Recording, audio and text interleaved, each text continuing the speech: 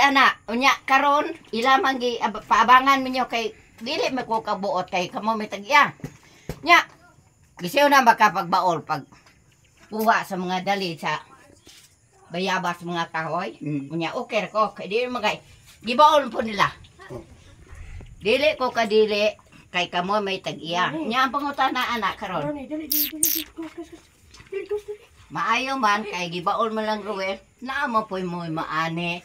Kay gatag man sila, kay naman sila ay grasya, natagaan sa grasya, diba? Oh, man na.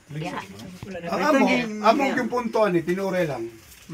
Wa may magpaabang ni para pag istorya lang ha. Ang magaginansa mi. Ang mga kwarta sad mi. Para buyag lang sad. Okay ron, amo paabangan lang. Pero taas may chance nga mas makabenepisyo ninyo ang yuta magamit gyud nga makakuan. Namang buhi-buhi ko na yuta. Oh, gamay ramang buhi. Wala man mi kita. Wa may magpakita, wa may magpaabang ani. Para nga mi kita, para na mi makaon, pero hambog lang. Asa kayo makaan, asa kagagaan ka?